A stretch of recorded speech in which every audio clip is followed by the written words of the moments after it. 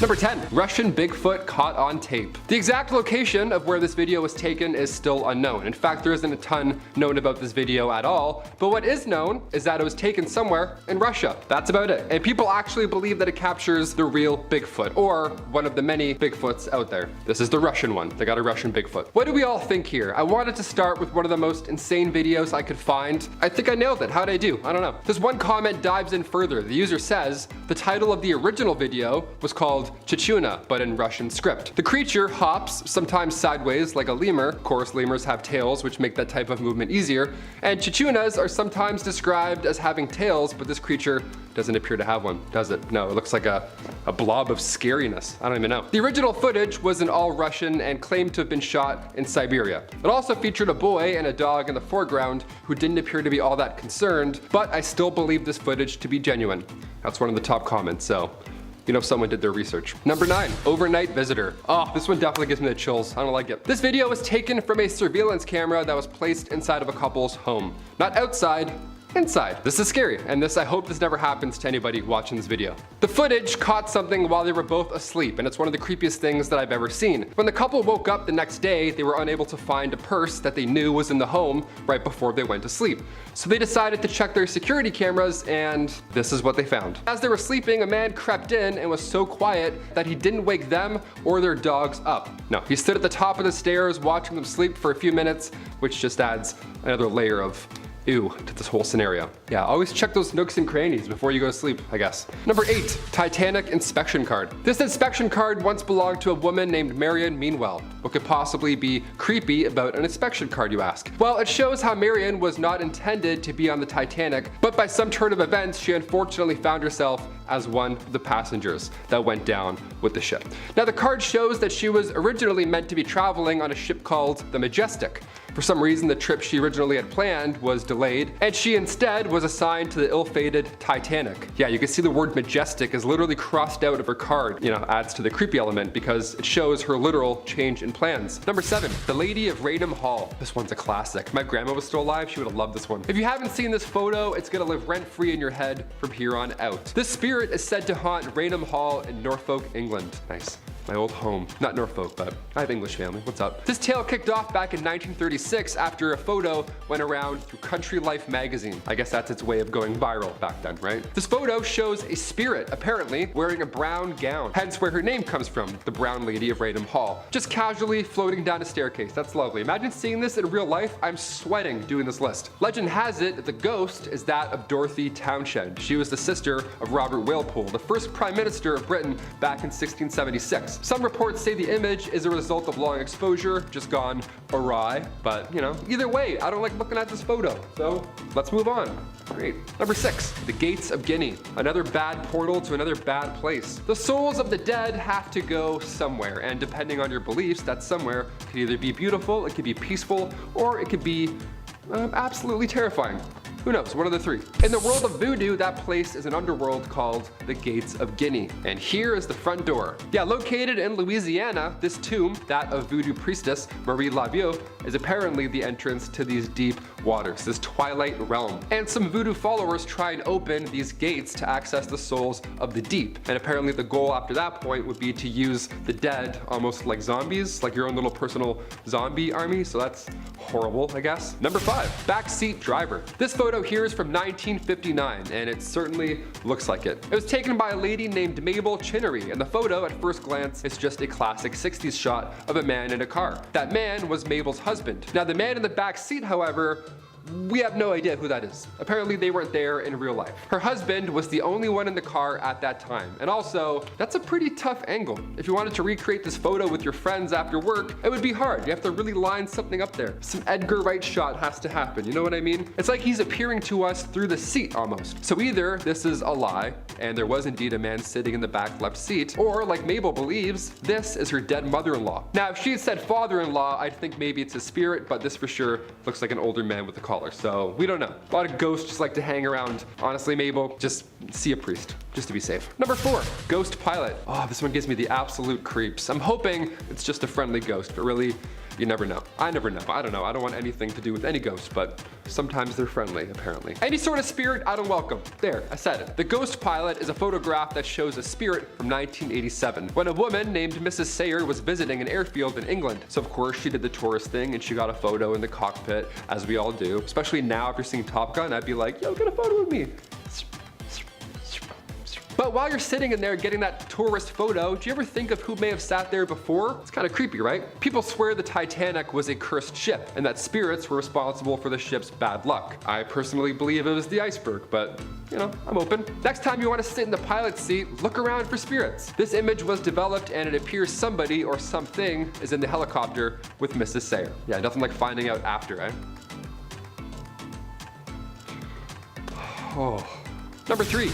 The Spectre of Newby Church. This one comes from 1963, so it's a little more recent, but even so, this is one of the most convincing on this list, in my humble opinion. Reverend K.F. Lord took this photo in the Newby Church in England. England's a hotspot for ghosts, eh? Damn. And Lord ensures us that this photo is 100% real. I mean, to be fair, it looks like the spirit is facing the camera, so I don't know. It's a great frame, but I'm still believing. The whole Plague Doctor vibe going on here, that's what makes me feel gross here. Anything with Plague Doctors is always giving me the creeps, so I can't even look at this photo. The figure seems to be standing on the first step to the altar, yet somehow it is still taller than the actual altar itself. We think this being, this ghost, is about 9 feet tall, so whoever faked this, if that is the case, they must have been on stilts or something. Also, stilts and a sheet over your face on a staircase? I don't know. I don't think anyone faked this. That's for sure a very tall demon. Drink your milk, then you'll be tall and strong in the afterlife, just like that demon right there. Number 2, the Paris Catacombs. As above, so below is an underrated horror film. It's very good. If you haven't seen it, go check it out. Makes you all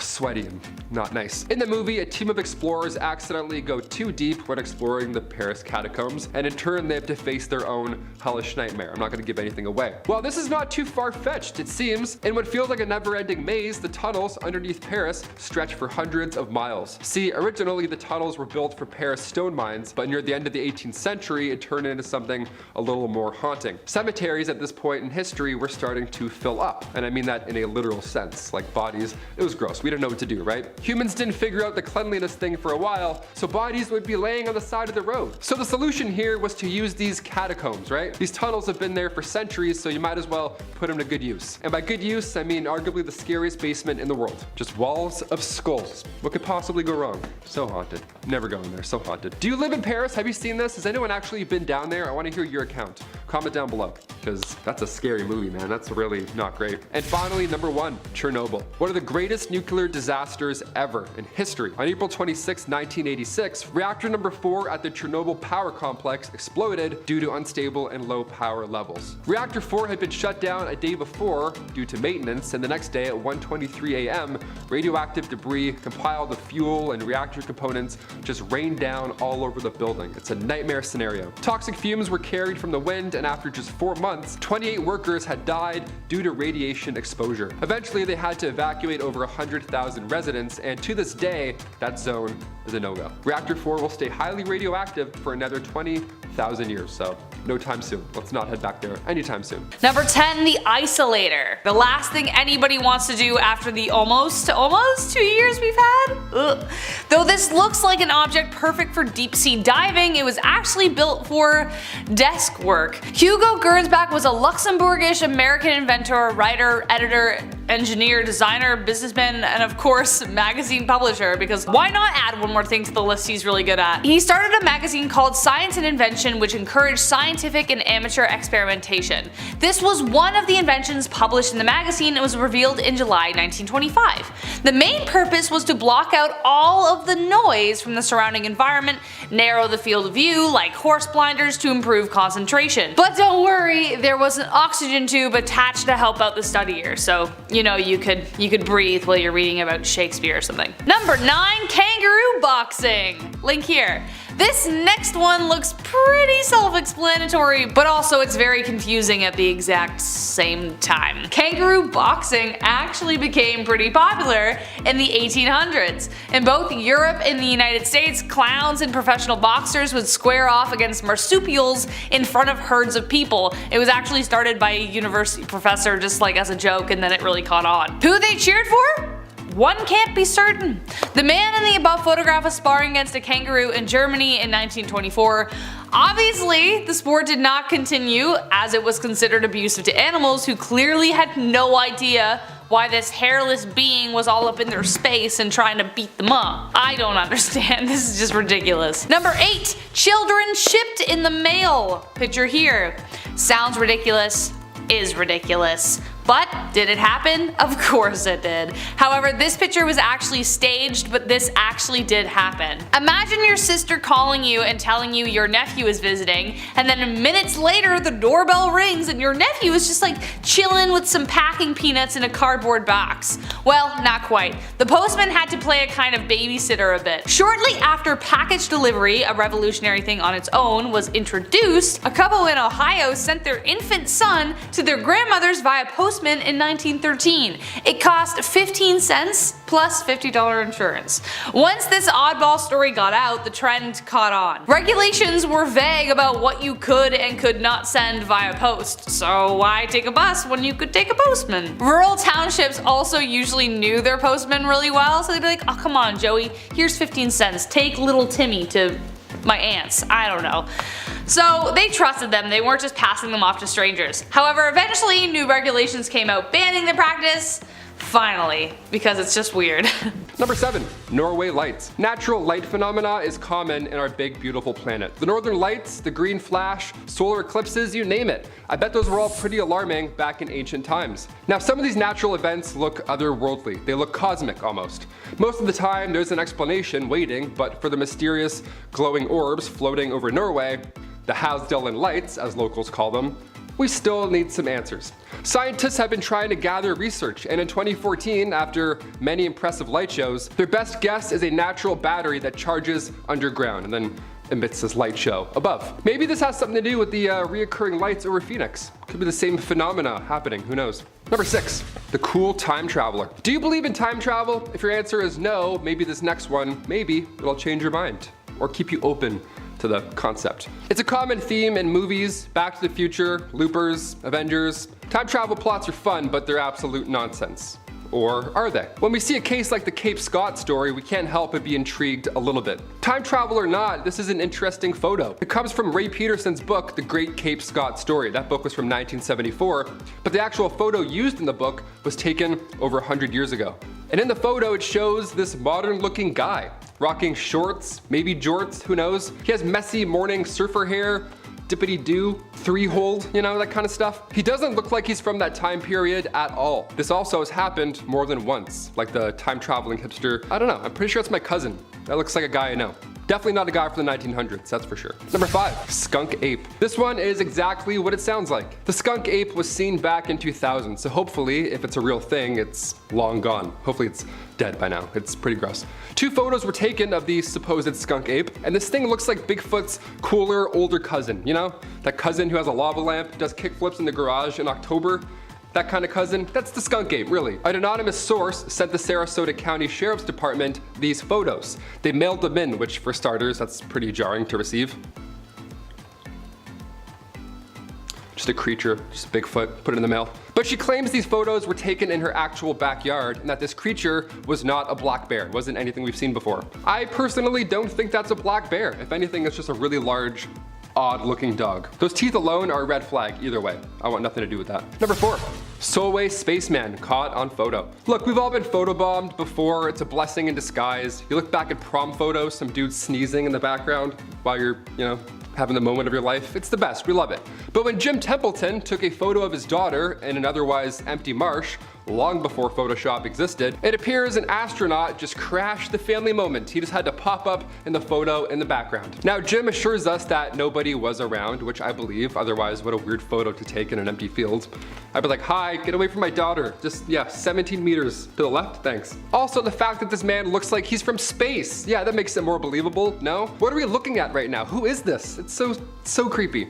Kodak even got involved in this story, right? Like Kodak, the company Kodak. They confirmed this photo was not tampered with, and they know everything. They made Avatar, so they know what's up. Let's run everything by Kodak from now on, deal? Number 3, Worstead Church visitor. Okay, time to get a little paranormal. We love those. Hit the lights. Back in 1975, Peter and Diane Berthelot were visiting the Worstead Church in the UK. It was beautiful, right? So like any visitor does, Peter took a photo with his nice Kodak camera, right? He wants to see the truth with his Kodak. Peter took a photo of his lovely wife sitting in the spectacle of a church, but later on, once the photo was developed, somebody else was all of a sudden in the photo now. Or something, we don't really know. Right on the bench behind Diane, there appears to be a person in all white. How calming is that? Maybe it's a wedding, maybe it's their big day. We love it. When the couple went back to the church to ask about who it was, a local suggested they may have gotten photo proof of the White Lady, the spirit of a healer who haunts the church. I mean, as far as surprise ghosts go, that's pretty tame. That's a pretty tame encounter. That's how it should be. Could have been a lot worse. They're like, oh, that's the demon. That's Daryl the demon. Yeah, you don't want any part of that. Number 2, Black Knight satellite. Not to be confused with Martin Lawrence's Black Knight. That's, although that's pretty historical and memorable in itself. The Black Knight satellite is something that has been orbiting our planet for God knows how long. We're guessing thousands of years. Everything else on this list is quite recent, but this myth is ancient. This photo here you've probably seen at one point or another. It was taken back in 1998 during an American mission to the International Space Station. Apparently this guy has been hovering over our Earth just watching us. It's some sort of alien satellite. That's a fun theory, no doubt about it. But during a spacewalk in 1998, one of the thermal covers came loose and drifted away from the station. Could this be that cover that just floated off and wrapped itself around a rock or something? Or it could be an ancient night satellite. One of the two. And finally, number 1, the doorbell licker. Nice, we gotta end with the weirdest thing I've ever seen. This one's short and sweet, not much explaining to do here, obviously. Does what it says in the can. Back in 2019, a man was caught on surveillance, a doorbell camera, approaching a home in a neighborhood in Salinas, California. He doesn't say much, he just shows up, doesn't drop off any package, nothing like that. He just shows up and starts licking the doorbell. Not the camera, but the actual doorbell, like the button.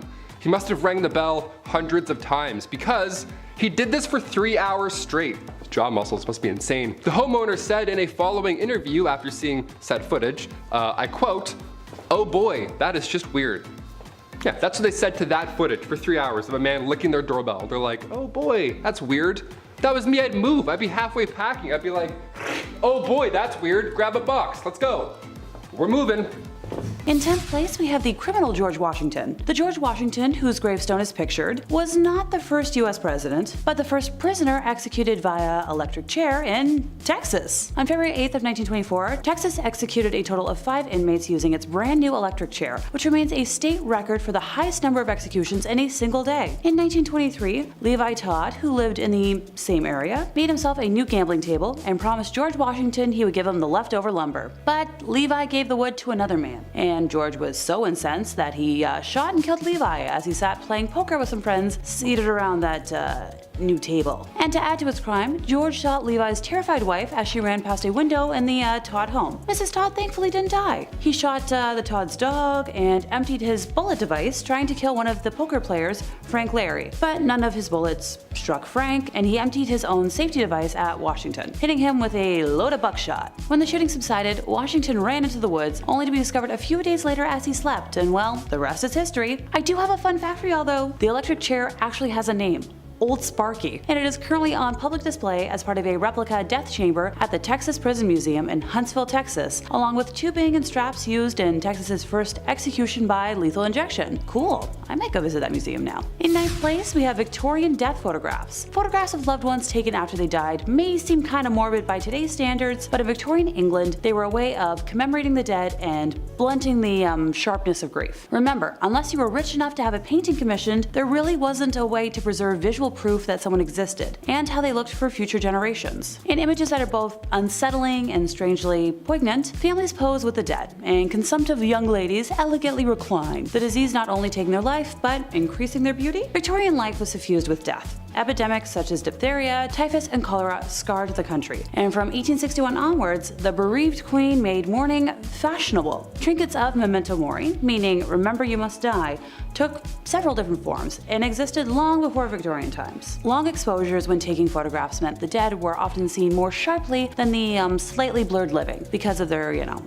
lack of movement. On some occasions, eyes would be painted onto the photograph after it was developed, which was meant to make the deceased more lifelike, while other times death was more obvious. Locks of hair cut from the dead were arranged and worn in lockets and rings, death masks were created in wax, and the images and symbols of death appeared in paintings and sculptures. But in the mid-1800s, photography was becoming increasingly popular and affordable, leading to memento mori, photographic portraiture. Try saying that 5 times fast. You don't want to know how many times I failed. The first successful form of photography, the daguerreotype, was an expensive luxury, but not nearly as costly as having a portrait painted, which previously had been the only way of permanently preserving someone's image. As the number of photographers increased, the cost of these photos fell. Less costly procedures were introduced in the 1850s, such as using thin metal, glass, or paper rather than silver. I see where Weekend at Bernie's got their inspiration. In 8th place, we have a ghostly mural. The ghostly figures shown in this mural in the Karl-Strasse tunnel in North Rhine-Westphalia, Germany, depict the 21 young people who died in a stampede in 2010 at Love Parade,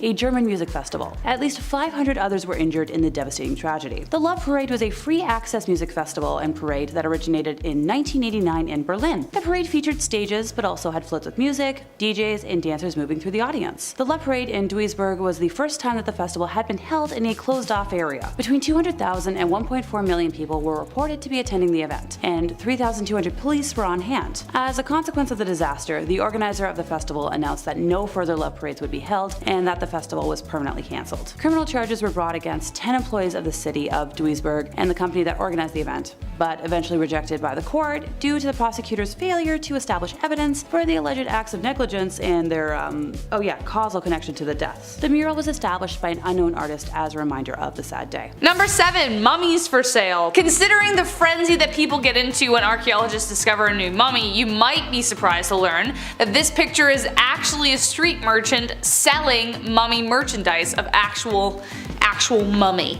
During the Victorian era in the 1800s, Napoleon's conquest opened the gates of Egypt to the Europeans, making mummies a really hot commodity. Like, imagine somebody uncovering your aunt and going, ooh, we could sell her. Weird, right? Like 1,000 years from now?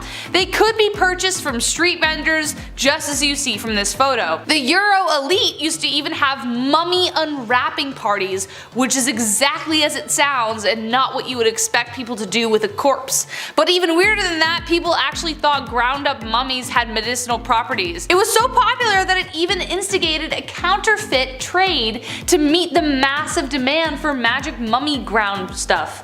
What did the counterfeit trade involve? The flesh of beggars instead of mummies. All that behind one picture. Number 6. Half and half. This next one actually has a kind of sad story behind it, but paints a very clear picture of the division between Catholics and Protestants, and actually just religion in general. This picture depicts 2 graves in the Netherlands, one belonging to a Protestant and the other a Catholic. In 1842, a 22-year-old Catholic noblewoman fell passionately in love with a 33-year-old commoner, a colonel in the cavalry who was also Protestant, a big no-no. Their marriage was a total scandal, but they said screw you to their peers and stayed together for 40 years. The woman's husband died in 1880, and to forever unite them, she built a grave that would forever keep them together even though they were apart by a wall. The old cemetery was strictly divided into Catholic, Protestant, and Jewish sections, so these 2 monuments were built so they could forever be together. Does anybody have a tissue? Number 5. Leo the Lion! Believe it or not, you've seen this lion before. In fact, you've probably seen him many times while watching your favorite films as a kid and even now. The lion in the photo is the one, the only, Leo the Lion, the majestic beast who roars the MGM logo, like the old one. Leo the Lion was the regular star of MGM since it was founded in 1924. The first MGM lion was called Slats, not Leo, and he actually didn't roar, he was just kind of like looking around. It was more like a gif. But Leo is actually the most familiar roar, like everybody knows what he sounds like. But who is the man having tea with such a lion? Well, that of course is Alfred Hitchcock, the king of thrills. This photo was taken in 1957 of the 2 legends posing to enjoy a hot cup of British tea. Number 4. Walter Yeo. Though the picture itself is a little disturbing, it signifies a life-changing moment for Mr. Walter Yeo and also for thousands more. This was one of the world's first plastic surgery procedures. Walter Yeo had suffered a dreadful accident while manning the guns on the HMS Warspite during World War I. He lost both his upper and lower eyelids in the event. A year later, however, he met Sir Harold Gillies, who would be considered the father of plastic surgery. His idea was to take skin from another part of Yeo's body and place it over the area in like a mask-like shape, as you can see in the photo. Dr. Gillies then went on to carry out the surgery on 5,000 injured men from June 1917 onward. And thanks to his work, thousands of people have benefited since the years of the war. Yeo himself lived until he was 70 years old. Number 3. The Dynasphere. The car of the future that really never made it there, and we can see why. Every car we have today has 4 wheels, not just one. Some have more than that now, it's getting confusing. But in the 1930s, J.H. Purvis had a vision. He called it the Dynasphere. It was a large wheel with a cabin in the center for the driver and the passenger to sit. Funny enough, it did actually work. Check this out. But did anyone else notice the problem with driving it? Yeah. You have to drive like Ace Ventura with his window open because it broke, you know what I mean, that scene? Exactly. In order to see past the giant wheel spinning in front of you, you have to kind of rubberneck it out to the side. JH made 2 prototypes, one ran on gasoline and the other ran on electricity. He even designed a kind of bus version that could fit more passengers, but it still needed mini stabilizer wheels, so it had like 6 by the end of it. Do I kind of want one though, because it looks fun? Absolutely. Would I want to take it on a road trip across Canada? Absolutely not. Number 2. The Hindenburg disaster. Based off the title, you already know that this is a picture of the Hindenburg disaster because I already said it. Spoiler alert. The Hindenburg was the largest dirigible ever built and it was the pride of World War II. Yeah, see, Germany, you know which one I'm talking about. But YouTube gets mad. The first successful airship was constructed in 1852 by Henry Giffard, but the problem was he used hydrogen. This made both French and German designs of the craft susceptible to explosions if something went wrong. Hence, Exhibit A. What you are seeing in the photo is the direct aftermath of a devastating accident. On May 6, 1937, the dirigible touched a mooring mast in Lakehurst, New Jersey, sparking the explosion, which took the lives of 13 passengers and 21 crew members. Something as simple as a small spark from the engine ignited the hydrogen core, and the craft fell 200 feet to the ground in flames. And last but not least, number 1, spectators. This is the photo taken at the trial of Al Capone. Yeah, it suddenly makes a lot of sense as to why people are covering their faces. When someone says to you 1930s gangster, Al Capone probably jumps into your head. He was deemed public enemy number 1 by the US government for bootlegging and other illegal rackets during Prohibition. The terror the ruthless gangster incited in the city of Chicago is evident by this image. Witnesses and spectators of the trial covered their faces so they wouldn't be recognized by Capone's vengeful accomplices or Capone himself. Behind those fedoras may lie other criminals yet to be unmasked, or civilians scared of a Tommy gun waking them up at night. Either way, you know he must have been one terrifying dude. Authorities did everything they could to catch him, but he would always slip right through their fingers.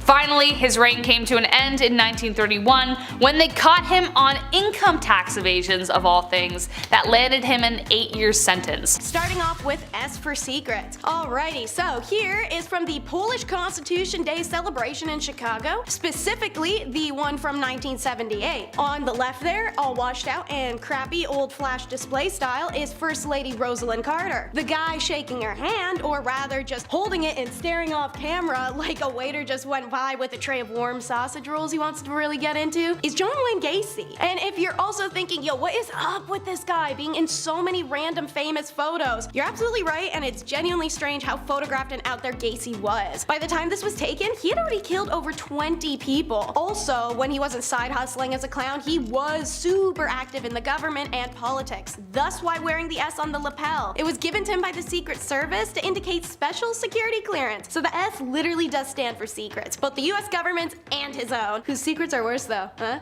Anyways, at the bottom of the handshake photo, you can see the handwritten address to John Gacy, best wishes, Rosalind Carter. I've heard beauty is pain, but I haven't heard beauty is the next Saw movie. Check out the Beauty Calibrator. Seeing pictures, you may think it's some sort of Middle Ages torture machine, or as said, literally one of those Saw movie head devices. But surprisingly not. It's another way to point out women's insecurities and find the smallest things possible to make them feel bad over. Meet the Max Factor Beauty Calibration Machine. It is the only one in existence, thank God, and in 1932, the makeup legend Max Factor came up with this ingenious invention combining phrenology, cosmetics, and insecurity gaslighting with pseudoscience analysis of a woman's physical flaws. Max Factor's Beauty Calibrator enabled Hollywood makeup artists to pinpoint where facial corrections needed to be made down to a literal fraction. The machine, also known in the trades as the Beauty Micrometer, revealed that a natural perfect face was a myth. Every single woman was imperfect and needed correction, and this machine could find it by taking precise measures. It would mark spots that needed to be fixed, and then the artist, once the helmet was removed, could correct all the new insecurities with makeup that you didn't have before you put the stupid thing on. Next up is a photo that's all dramatic flair, the death card. Masseria represented an outdated mindset in the mafia world, one that could no longer be reasoned with diplomatically. The same is true of his rival Marandano. The ongoing tit-for-tat killing between the two genuinely wreaked havoc on not only the streets but in the mafia hierarchy itself.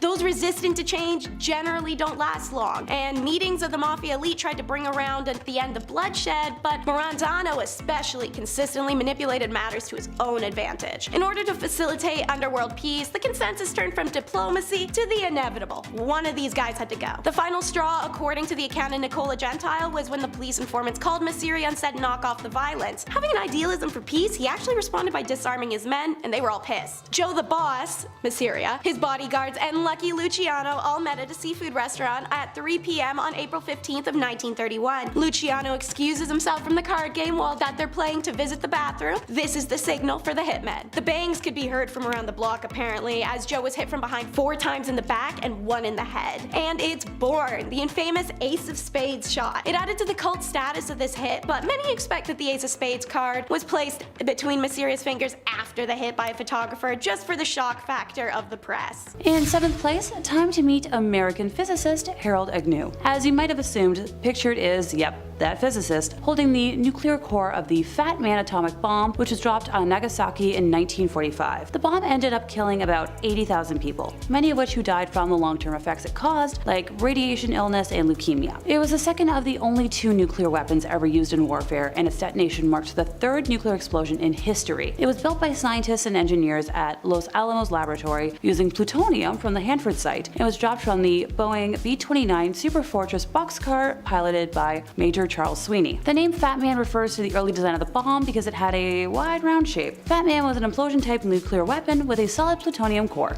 In 6th place, we have Karl Wallenda. Karl Wallenda was a German-American high-wire artist and the founder of the Flying Wallendas, a daredevil circus troupe whose members performed dangerous stunts far above the ground, often without a safety net, and still perform to this day. The photo that stayed with me was from a triumphant moment in 1978, just after he crossed the Tower Bridge in London by, yep, tightrope. Later that year, at the age of 73, Karl attempted a walk between the 2 towers of the 10-story Condado Plaza Hotel in San Juan, Puerto Rico, on a wire stretched 121 feet above the pavement. As a result of high winds and an improperly secured wire, he lost his balance and fell during the attempt, and it was caught entirely on camera. Speaking of the Flying Wallendas troupe, as I mentioned before, they still perform to this day, with Karl's great-grandson Nick Wallenda breaking world records and performing feats that make my stomach turn. In 5th place, we have the Challenger explosion. On January 28th of 1986, the Space Shuttle Challenger broke apart 73 seconds into its flight, killing all 7 crew members aboard. The spacecraft disintegrated 46,000 feet above the Atlantic Ocean, off the coast of Cape Canaveral, Florida at 11:39 a.m., and it was the first fatal accident involving an American spacecraft while in flight. The mission, designated STS-51L, was the 10th flight for the orbiter and the 25th flight of the Space Shuttle fleet. The crew was scheduled to deploy a communication satellite and study Halley's Comet while they were in orbit, in addition to taking school teacher Christina McAuliffe into space. The latter resulted in a higher than usual media interest and coverage of the mission. The launch and subsequent disaster were seen live in many schools across the United States. The cause of the disaster was the failure of the primary and secondary redundant O-ring seals in a joint in the shuttle's right solid rocket booster. The record low temperatures the morning of the launch had stiffened the rubber O-rings, reducing their ability to seal the joints. Shortly after liftoff, the seals were breached, and hot pressurized gas from within the SRB leaked through the joint and burned through the aft attachment strut, connecting it to the external propellant tank, ET for short, then into the tank itself. The collapse of the ET's internal structures and the rotation of the SRB that followed threw the shuttle stack, traveling at a speed of Mach 192, into a direction which allowed aerodynamic forces to tear the orbiter apart. Both SRBs detached from the now destroyed ET and continued to fly uncontrolled until the range safety officer destroyed them. The crew compartment, human remains, and many other fragments from the shuttle were recovered from the ocean floor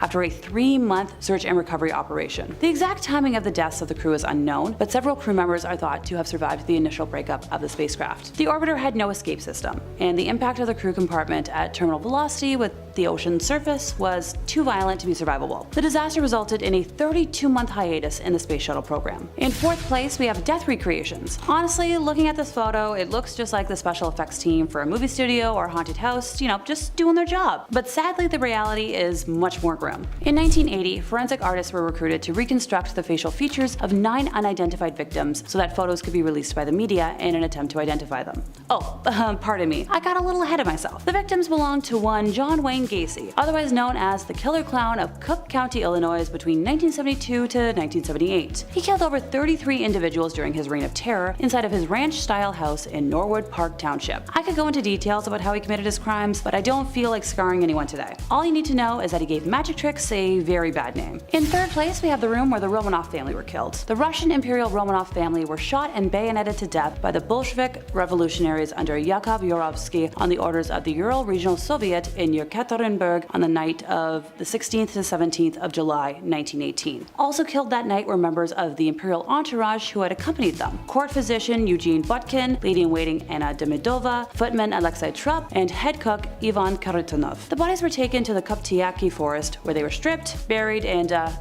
with grenades to prevent identification. In 2nd place, we have camp staff taking a day off. Now, to the unknown eye, this is a very innocent picture, and you might be asking why it's so high up on this list. I'm gonna ask y'all to pay close attention to the uniforms that people are wearing. Still not making sense? This photo is of Auschwitz staff enjoying pleasant days off. They look like camp counselors, but their job is, killing people in horrible ways, and they enjoyed it. Most probably took lives not shortly before or after this was taken. Easily the most unsettling photo for me today, since the absolute contrast makes my stomach turn. And in 1st place, we had the Uruguayan Air Force Flight 571. This picture was taken of a group of survivors of that crash in the Andes. They're all smiling in this photo, but it becomes eerie when you see the human spine to the right of them in the photo. I'll get to it, I promise. On October 13th of 1972, human error caused the plane and the 45 folks on board to crash into the Andes mountain range in Argentina, just shy of the border within Chile. Amid the wreckage of the mangled plane, on a mountain glacier about 80 kilometers east of the planned flight route, 33 passengers were still somehow alive. 5 people didn't survive the first night of below freezing conditions on the mountain in the remote Andes, and a 6th person died within days. Those who were still alive and not, critically injured or in a coma, used parts from the plane to create shelter: snowshoes, goggles, and also figured out a way to melt snow for drinking water. The survivors had no medical supplies or appropriate clothing and were stranded on the mountain as temperatures plunged to like minus 30 degrees Celsius. The little food they had was quickly running out. In a cruel twist, the survivors had found a transistor radio in the wreckage and were using it to listen to updates on the search effort. On day 11, they heard the announcement on the radio that the search for them had been called off. Starvation soon set in. They had 8 bars of chocolate, a tin of mussels, 3 jars of jam, some nuts and dried fruit, and some lollies and a bottle of wine. That's all they had to eat, and that was gone within a week. Desperate, the survivors ate cotton and leather from the plane seats. Okay, alrighty, time to talk about that spine. So eventually, as the bodies of the frozen dead laid around them, the survivors were forced to consider their only chance for survival. All the passengers were Catholic and held deep moral concerns about eating their relatives, teammates, and friends from school, but as a group reluctantly decided eating the bodies of the already dead was their only chance of making it off the mountain alive. They also mutually agreed that if any of them died, the others could eat them for sustenance. Eventually, on December 22nd, which was 72 days after the plane crash, search crews finally recovered the 16 remaining survivors. Starting off this list, in our number 10 spot, we have the Mad Bomber. This is a photo that was taken of someone known as the Mad Bomber. His real name is George Metsky, and he was the man who terrorized New York City for 16 years while he planted explosives in public places like an absolute psychopath. I guess he was apparently angry about a workplace injury he had suffered in the years prior to his terrible crimes, and so of course the normal reasonable jump to make would be not that at all. While no one should have ever had to suffer because of these crimes, the good news is that while he planted 33 bombs and set off 22 of them, miraculously only 15 people ended up injured in the end. This photo of him behind bars is extremely eerie thanks to his creepy smile and haunting eyes. I might be the only one who feels it, but it just seems like something's off. You know? In our number 9 spot today, we have the figures of the fire. This photo is both extremely unsettling and super captivating as it shows a scene after the Great Fire at Madame Tussauds in 1925. Of course, this wax museum is famous for the extremely lifelike wax figures that are created and find their home there, so you can only imagine the aftermath of the fire. These lifelike figures with missing heads and appendages, burnt skin and hair, and just clothing in disarray. Seeing this photo for the first time without knowing the story behind it was definitely a bit of a confusing and terrifying experience. The heads on the ground really freaked me out for a full 5 seconds. As scary as it is, I'm glad to hear it's not real and just some creative casualties rather than what this photo appears to be at first. In our number 8 spot today, we have the Spectre. This is a photo that was taken in England in 1963, and it became known as the Spectre of the Newby Church. That is, of course, because of the ghostly figure that can be seen in the photo. I personally am always a little suspicious of ghost photos. Some are certainly more convincing than others, but Photoshop in 1963 wasn't exactly as accessible and easy as it is now. This photo is said to have been taken by Reverend K.F. Lord inside of the Newby Church, which is located in North Yorkshire, England. Of course, I mean, like many of us are going to do, people were really skeptical of this apparition and just believed it was a well done case of double exposure, which, to be fair, is entirely possible. The Reverend continued to swear up and down, however, that the photo was not doctored, so at this point, there's no proof to prove either side, and it's just a game of he said, she said. So, what do you guys think? Apparition caught slippin', or is the Reverend just making it up? Next is a series of photos recovered before they could be lost. Holes in a window. Former LAPD reserve officer turned photographer Merrick Morton was faffing around in the LA Police Department when he comes across a stash of LAPD crime photos ranging in the dates of 1920s all the way to the 1970s. These were cellulose nitrate based film, and the negatives were so decomposed they're deemed fire hazard, but Merrick saw enough of the few stills to know that they'd be an absolute effing gold mine. Working with Phototeca Photo Digitation Service and the US National Film Archive, the photos were given a new life. This collection is NSFW, and there are hundreds. Now spruced up, the macabre photos are mostly crimes, and many of them violent and depicting the bodies or surviving victims' injuries. Obviously, the ones you're seeing on screen as I'm talking are tamer, such as my choice, the one you're seeing now, holes in the car window. Something about it gives me a deep sense of discomfort, thus the choice. The collection contains recognizable crimes and faces too, an unusual photo of Malaya Nurmi dressed as Vampira, pictures of comedian Lenny Bruce's OD in March of 1966, and images of the Manson family arriving at their arrangement in 1970. Every photo is scary, and every single has a disturbing backstory. Some captions are provided by author James Elroy in his book LAPD 53. You can win, but sometimes you still lose in the end. It's the devastated Disneys. Meet Howard Ashman and Alan Menken. There are some everyday photos of these two in their prime. Who were they? In case you couldn't tell by all the Disney crap in the background of said photos, they played somewhat of a big role. You know, writing the lyrics and music for Oliver and Company, The Little Mermaid, Aladdin, and Beauty and the Beast, as well as a few others. Also, not to mention creating the Little Shop of Horrors, which got them hired by Disney in the first place. And in this photo you see now, they had just won the Oscars for The Little Mermaid. Hooray! But why does Ashman look so unhappy? This was his life's accomplishments. It's because that night Ashman told Menken they needed to have a serious talk when they got back to New York, and when they get back a few days later, Ashman admits that he has HIV that's quickly progressed and he's going to die soon, and fast. They had been songwriting partners for over a decade and were in the middle of working on Beauty and the Beast, and despite the illness, Ashman completed the lyrical work and the initial work on Aladdin. On the morning of March 14, 1991, he does die from heart failure caused by his condition. At the time of his death, he only weighed 80 pounds, he'd lost his sight and could barely speak, and a voice that spoke so eloquently through song was lost forever. Before he passed, however, Disney Productions scrambled to finish the film so he could see a screening of it. The film earned Ashman and Menken 3 1991 Academy Award nominations for Best Song,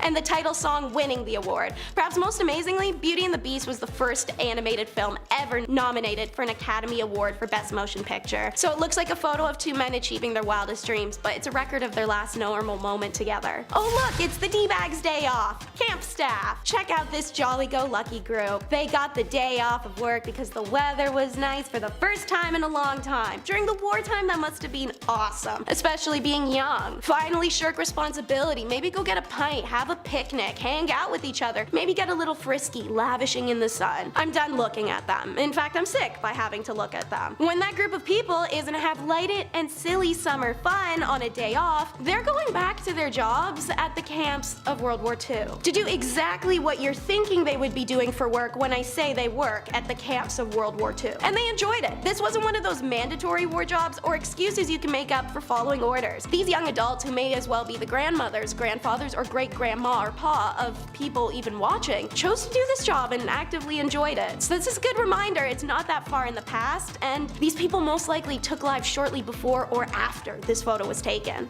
Did Halloween come early, or is it just Sylvester Claus? Yeah, so I chose this photo out of, trust me, like thousands of equally creepy ones because I feel it truly captures the what the bleep factor this holiday has. And they do it every 31st of December to 13th of January. The Sylvester Clausen of Ernach and the surrounding area Appenzell custom that is famous throughout Switzerland. The custom derives its charm from the unique blending of contrasts such as nature and art, mystery and tradition, harmony and anarchy. The Sylvester Claus that ushered the old year out and ring in the new. There are three types of these clauses: the beautiful, the ugly, and the pretty ugly. Common to all the clauses are bells in various shapes and sizes that they wear on their bodies. Their rituals begin in the early morning each day. The various Schupel meet at the village square before each group goes its own way. A group will pull up in front of your house, then hop around and jump up and down to make the bells ring, and then they start yodeling at you. You listen to the yodel, they say Happy New Year, give you some cash, some liquor you have to drink from a straw, and then they just leave. Dark backstory gossip, however, in times of poverty and hunger, which afflicted the region frequently, Clausen was a way to earn a little extra money, and in the 1930s, what was known as Belchel Claus, aka the Beggar Claus, began to appear on the streets. Essentially homeless Santa Clauses, but Santa looked like that. As a result, the influx of beggars in the Claus Guide resulted in heavy restrictions, and in the 1950s, the custom had nearly died out. It's only thanks to the initiative of individuals in the 1970s that this got to come back and enjoys enormous popularity today. Somebody come get their creepy uncle. Cannot tell me this isn't the energy this photo gives. Creepy uncle. The woman is unidentified, but definitely a follower to be able to handle that guy's BO and greasy hands on her. It was taken of the Children of God leader, David Berg. This group started in 1968 in California after Berg claimed God himself had gifted him with prophecies. In reality, Berg started making extreme demands of his followers,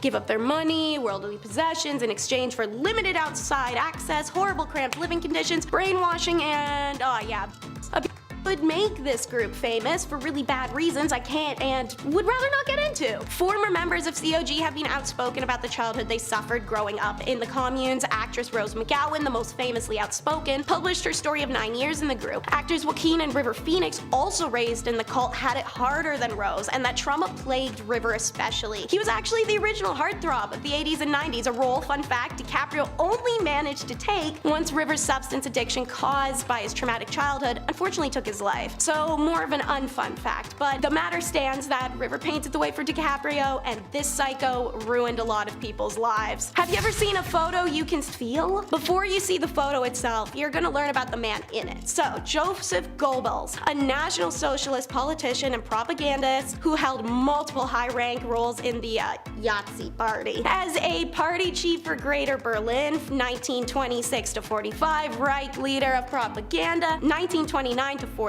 and in 1933, the push-broom mustache twit appointed Joseph the Minister for Propaganda and Public Enlightenment. He was a devout, unbridled through and through bigot, a tireless agitator, and the propaganda this man designed, wrote, and funded had shipped through dozens of countries and shaped the perspective of Jews in a way that can actually never be undone. It's this propaganda many people still cite when asked for factual basis or logical argument as what Jews had done oh so wrong. It's Joseph who orders the mass burning of literature, who sentenced thousands thousands to death and who made up lies to ensure hatred, a hatred that still stands today. And I want you guys to see how he looked at them. So here is the photo, finally. This is a picture of Joseph Goebbels taken only seconds after he found out the photographer was Jewish. In this photo, you can feel it, and it's effing terrifying. And now, the last photo is from El Monte, 6 May. That's the date written on this photo from the LAPD collective, and it's the only other photo from said collection I chose to put on this list aside from the holes in the car window. As follows is the photo and James Elroy's written description of it. This is a detective modeling a mask worn by Baxter Shorter's crew. Shorter was in a gaggle with Emmett Perkins, Jack Santos, and Barbara Graham. The three of them then killed an old woman named Mabel Monahan on 9 March 1953. Shorter was appalled by his gaggle's violence. He ratted the others out, and Santo and Perkins kidnapped him in front of his pad on Bunker Hill, took him to the mountains, and killed him. Shorter had a sister that lived in El Monte, and they were hunting through it for evidence. This mask was in her pad.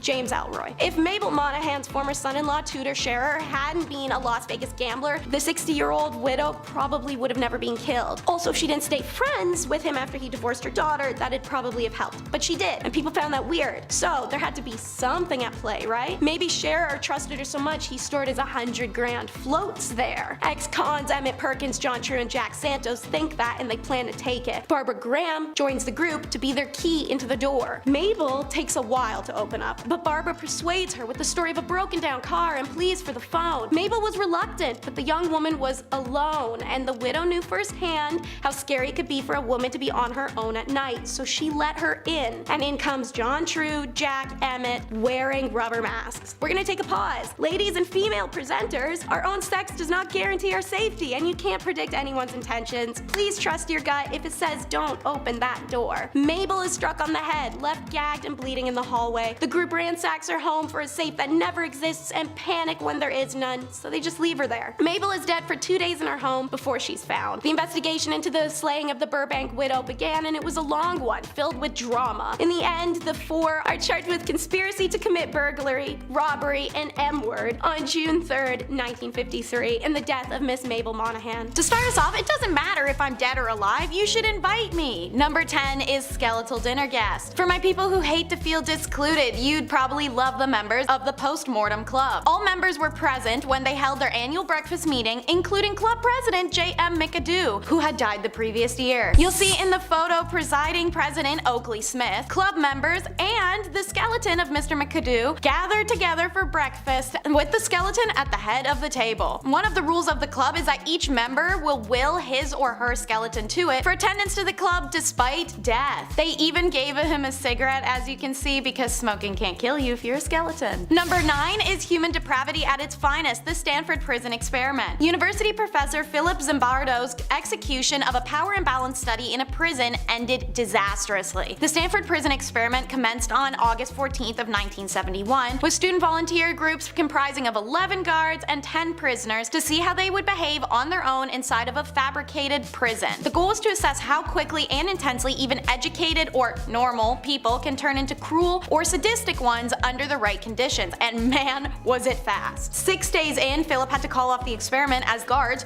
were increasingly abusive to the inmates, spraying them with fire extinguishers, forcing them to clean toilets barehanded, denying them food, or just simply beating on them. The inmates and few guards who were visible minorities faced the worst treatment out of everyone. The study and the eerie photos of it inside left behind a chilling look at what humans are capable of. A killer's plea is number 8. Alright, so obviously someone who takes other people's lives shouldn't get to plead anything, but in the case of the 1946 lipstick killer, their plea wasn't one for freedom or for mercy. At a Chicago crime scene, the perpetrator used lipstick to write on the wall, quote, "For heaven's sake, catch me before I kill, I cannot control myself." This message may actually sound kind of familiar. It's because TV shows including Criminal Minds, Castle, Law and Order, and so many more have actually taken inspiration from this image and its written message for varying episodes. The man who had written this message, William Hirons, gets his wish as he's caught soon after. He was convicted, and at the time of Hirons' death in 2012, he'd been locked up for approximately 66 years, making him the longest serving inmate in the USA. William's message is a reminder that not all those who commit heinous crimes are in their right of mind, and sometimes they have no ability to control their actions. While it's not an excuse, it is an explanation. In our number 7 spot today, we have the Tsar Bomba. This is a photo that was taken on October 30th, 1961. It was quite the Halloween spooky fright Detroit that year, as this is said to be the largest and most powerful nuclear weapon ever created and tested. The hydrogen aerial bomb was developed in the Soviet Union by a group of nuclear physicists that were under the leadership of Igor Kurchatov. The bomb was dropped by parachute and was detonated autonomously. While this test was meant to be a secret, turned out to be less than well kept, as it was obviously a huge explosion that was detected by United States intelligence agencies. A secret US recon aircraft called Speedlight Alpha was there monitoring the explosion, and it got so close that it had its anti-radiation paint absolutely scorched off. The photo clearly shows the bomb as it exploded, and it is said that this bomb was 5,000 times stronger than the ones that were dropped on Japan during World War II. That's not to say that those ones weren't strong, because they were absolutely devastating. It's just an example to show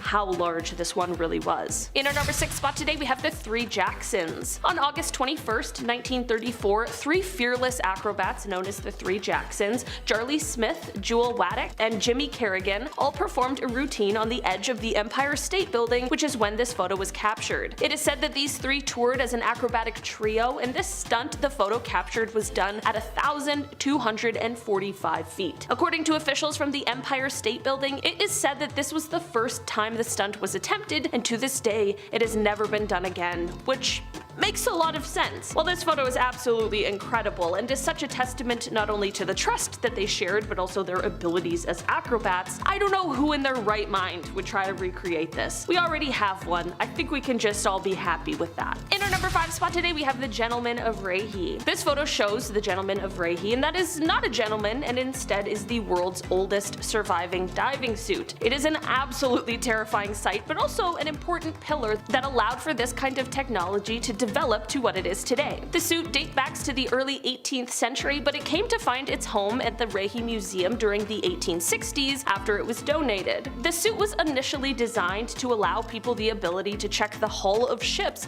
without having to bring them into dry dock. The Old Gentleman is made mostly of leather with pitch thread used to stitch the seams. From here, the suit is sealed with more pitch, and then to create the waterproof coat, it is covered in a mixture of mutton tallow, tar, and pitch. Of course, underwater pressure increases dramatically, and this is why there's also wooden framework in the hood in order to keep it from collapsing under the pressure. At the top of the hood, there is an opening for a wooden air pipe. The air would be pumped to the diver, then it could be released from the suit through a pipe on the backside. Of course, this means that the suit wasn't completely watertight, so divers could only go under for a short period and couldn't dive very deep because there was only so much pressure the suit could take, but still, the suit was far better than having no suit at all. In our number 4 spot today, we have ectoplasm. This photo is said to have been taken in 1910, and it shows a medium in the middle of a spiritual seance. I don't know about you, but a 1910 seance sounds like an absolutely terrifying time. This photo is said to be catching the moment that ectoplasm appears out of the mouth of the medium. When we're talking about the occult and the paranormal, ectoplasm is a viscous substance that exudes from a spiritual entity, or sometimes the earthbound medium who is connected to or communicating with the spirit. It is said that this substance can take the shape of a face, or a hand, or a complete body, and it's usually seen in a darkened room during a sort of seance, and this is the way that the paranormal can physically manifest themselves in our world. So basically, what I'm saying is that this is supposed to be the moment that an evil entity is making themselves known in our world. Thankfully, at the end of the contact with the spirit, the ectoplasm will usually disappear as it returns to the entity, so it hopefully didn't stay around long, but this photo sure is something. In our number 3 spot today, we have the isolator. There are tons of strange inventions from the past. We have entire lists and videos dedicated to the strange inventions. There's so many. And while this is one that can be added to the list of bizarre inventions, it can also be added to the list of creepy ones as well. This photo shows what was meant to be a sort of anti-distraction contraption from the 1920s. Listen,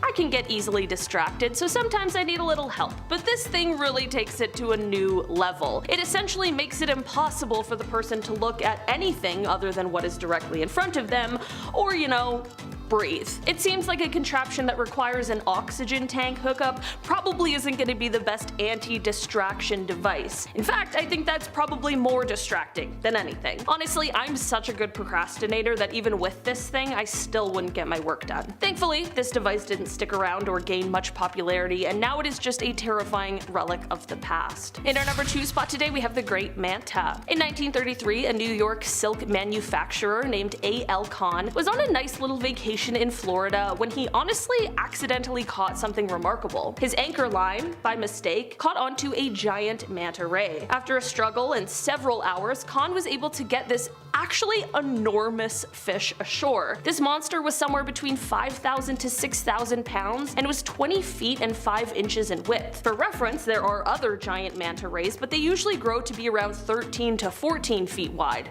not 20 and a half. This photo is showing a taxidermy version of the fish, which Khan used to bring around to exhibitions to show off his accidental catch. In an article from December 10th, 1933 of the St. Louis Post-Dispatch's Sunday magazine, Khan is quoted as saying, "Fishing is a lot of fun when you catch the fish, and sometimes it's fun even when you don't, but when the fish catches you." And finally, in our number 1 spot today, we have the advertisement. This is a photo that comes to us from the time of World War II, and it shows a very terrifying kind of ad. The sign reads, "These men didn't take their atabrine," and at first I had absolutely no idea what that was. Turns out that atabrine was actually the first synthetic form of a drug which was used by the US military to fight malaria in the South Pacific during the war. It is estimated that as many as 2/3 of the troops fell ill with malaria. The sign is said to have been posted outside of a military hospital in New Guinea and was meant to serve as a warning for those who didn't take the medicine, warning that the skulls on top would be the fate that awaited them. Perhaps a little dark, but creative and likely effective nonetheless. At the very least, the ad is definitely quite clear. First up is captured in a card. Alrighty, so you see this basketball card here. So centered, we've got Mark Jackson back in '89 playing a Knicks game. But over here in the far left background, we have familiar faces of Lyle and Eric Mendez. In 1990, the Mark Jackson NBA Hoops card went into circulation, a year after the two Mendez brothers depicted in the background killed their parents for life insurance in August of 1989. The brothers claimed a massive payout that allowed them to live a luxurious lifestyle, spending money on expensive watches, clothes, and cars. Among the items that they bought were tickets to a basketball game at Madison Square Garden, where they would eventually be immortalized on an NBA card. To make it a little creepier, logistically, this moment captured would have been between when they killed their parents and when they were arrested. Speaking of sports, there's such a thing as the wrong time to cheer, which is our next photo. See, this is Mike Hawthorne and Ivor Bueb celebrating with champagne after winning the 24H Le Mans. Look at the revelry and the glory between these men. Those around them have a completely different vibe, however. We've got an arrangement of meme expressions going on here. Homeboy in the back holding the book is giving a hell of a judgmental side eye, and we have a signature auntie "Are you serious" expression going on. See, while these men are ecstatically celebrating their win, what isn't captured in this photo was that the raceway was covered in ambulances and fire trucks. Hawthorne had driven an opponent off the track, and the resulting accident killed 84 people, most of which were spectators. Videos of this event on YouTube are kinda insane to watch, not even because of the crash or the arrogance of the winners, but the announcer is so painfully cheery it's out of place, using an old-timely projection system to shout, "Oh, women and children are dying, whole families are wiped out, but most of the finishing cars were British, a fine achievement in this abhorrent tragedy." It feels like a fever dream. Mountain climb to heaven is next. Because if you climb Mount Everest, let's be realistic, all you're doing is making your inevitable trip to heaven a little shorter of a distance upwards, giving yourself and the creator a little shortcut, you know? Alright, so this photo has the same visual quality as some loosely scattered cat litter, but I'm sure you can make out that we've got these silly little tents here. Man, look how far tents have come. As well as these two dudes in what it looks like high socks. This is the 1924 British Mount Everest expedition. We've talked about a few Mount Everest climber groups and things that have happened to them in a few of our videos, so you may be familiar with this one from our channel. That or literally any Mount Everest movie. They tend to either pick one specific story to document or mismatch all of them together for one plot and then throw Jake Gyllenhaal up on a mountain. Anyways, this photo was taken of George Mallory and Sandy Irvin shortly after they made their ill-fated attempt to get to the summit. While Mallory's body is found literally decades later in 1999, the body of Irvin never has been. Number 7 is the sacrifice of Michael Rockefeller. Michael Rockefeller was the son of New York Governor and soon-to-be US Vice President Nelson Rockefeller, and he famously disappeared in Papua New Guinea in 1960s. This photo is of his first trip there. Rockefeller can be seen centered and smiling as indigenous peoples circle and run around him. Michael's known for his travels. He loved to visit the unexplored and untouched areas of society and learn about cultures many considered primitive. He saw the art and beauty in them. This desire for adventure took Rockefeller to the remote reaches of Papua New Guinea in 1961. They arrived near the island of Dutch on November 19th, and even though they were 12 miles from shore, Rockefeller reportedly told anthropologist Renee Wassing, "I think I can make it," and jumped into the water and headed for land and was never seen again. It's believed at first that he drowned, but Rockefeller had done a swim like that to shore actually multiple times. Because he was a member of a super rich American dynasty, there was a massive search. Ships, airplanes, helicopters, everything combed the region for any sign of him. They found nothing. National Geographic reporter Carl Hoffman offered a far more disturbing thesis than drowning in his 2014 book, Savage Harvest. The island Rockefeller swam to was inhabited by the Asmat, an uncontacted and primarily unfriendly indigenous clan. Hoffman claims to have uncovered evidence showing that Rockefeller made it to land, where he was then decapitated by the Asmat people before they ceremonially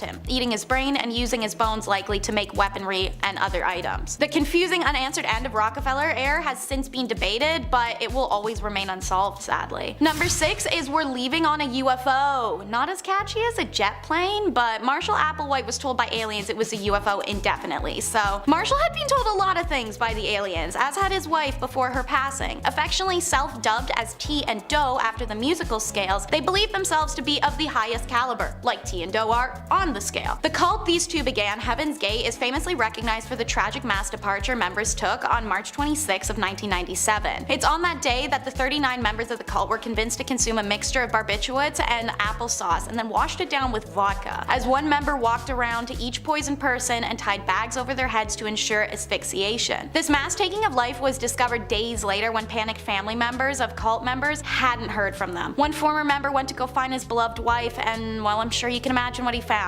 What was confusing for many was to find the group covered in purple shrouds with their feet sticking out. They wore Nike sneakers with the classic white swoop. They believed these wings were going to carry them to the heavens. Countless photos were taken by FBI and police, most of which have been leaked to public by now and depict this very scene that I'm describing. Confusing and devastating, this loss was in international news and a reminder to always be aware of your own susceptibility to influence. Number 5 is the frozen man of Mount Everest. And yeah, I get it. We all know that there's tons of frozen bodies along Mount Everest, but that's not what I'm actually talking about this time. The photo you'll see is of mountain climber Beck Weathers, who in May of 1996 attempted to complete the final leg of the ascent on Everest. Despite how short the distance was, the journey caught up to Beck, and he came down with a case of snow blindness during an intense blizzard that had a wind chill of 100 degrees below zero, and he fell into a hypothermic coma. Initially, I thought I was in a dream, Weathers later recalled. Then I saw how badly frozen my right hand was, and that helped bring me around to reality. Beck was left for dead, first by his exhibition, and then the second time by a rescue crew doctor who believed him beyond saving. So it's only by miracle that Beck manages to break a hypothermic coma, turn around, and walk back to base camp. When he reaches camp, Beck is airlifted immediately as frostbite set in on his nose and hands, both of which are later amputated. This moment is caught in photograph and shows the frozen hand, and Beck visibly unconscious, being carried in a red sleeping bag. This ascent to Everest is remembered as the 1996 Mount Everest disaster and is famously covered in John Krakauer's book Thin Air and its 1997 adaptation, as well as films Everest and Everest 2015. So, by the way, they prematurely told Beck's wife and family he had passed away. Can you imagine that emotional roller coaster? Number 4 is the Maori trophy heads. The native Maori of New Zealand had a cultural practice of preserving severed heads of enemies for trophy and warning purposes. They are called mokomokai, and these heads were processed by first, of course, getting chopped off, but then boiled, smoked, and sun-dried. The Maori would then coat them in shark oil to prevent cracking and peeling before mounting them. When British colonizers invaded the land during the 1840s, the Maori heads were one of the famously pillaged artifacts and treasures of the colonial era. Major General Horatio Gordon Robley was in service for the British Army when they were invading and pillaging New Zealand in the 1960s. He was particularly enthralled by the Maori heads, and the absolute piece of you-know-what actually stole 35 of them for his own collection. You can see him in this photo, sitting at the base of a wall with Maori heads mounted upon it. Naturally, like most of what was stolen by British colonialists for the crown and or for themselves, these items were never returned to their rightful peoples and instead earned profit in British museums or collect dust in storerooms. Since the 1970s, New Zealand has had a strong record of requesting those remains back from overseas. The first major international reparation of a toy moko happened in 1985, and in 2003, New Zealand created its first government-funded international reparations program. It's now seen the return of 800 Maori and Moriori remains. Number 3 is the Ruhr cannibal demonstration, an image caught by police officers as the Ruhr